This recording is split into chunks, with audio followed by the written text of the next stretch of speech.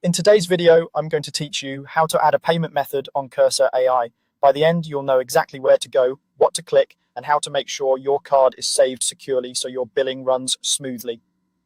First, sign into your Cursor account using the official website or desktop app. Make sure you're logging into the correct workspace if you use more than one, since billing is tied to the workspace you're in. If you've recently changed your password or device, you may be asked to verify your login for security.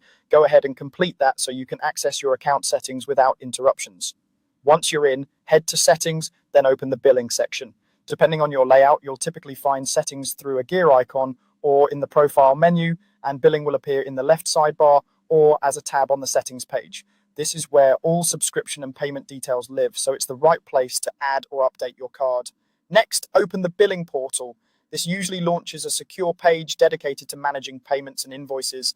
It may open in a new tab or within the same window. If your browser blocks pop-ups, allow this one so the portal can load correctly. You should see a secure connection indicator like a lock icon in the address bar. This means your payment information is being handled over an encrypted channel. Inside the billing portal, look for the option labeled Add Payment Method and click it. If you already have a card on file, you'll see it listed here, and adding a new one won't remove the old one unless you choose to update or replace it later. Now enter your card details and save. Provide the name on the card number, expiration date, and the security code on the back. Many portals also ask for your billing address and postal code. Make sure these match what your bank has on file to prevent declines. If your bank uses additional verification, such as a one-time code or a 3D secure prompt, complete that step when prompted and wait for the confirmation to finish. After saving, look for a confirmation message and verify that your new card appears in the list of payment methods. If you plan to use it going forward, make sure it's set as the active or default option.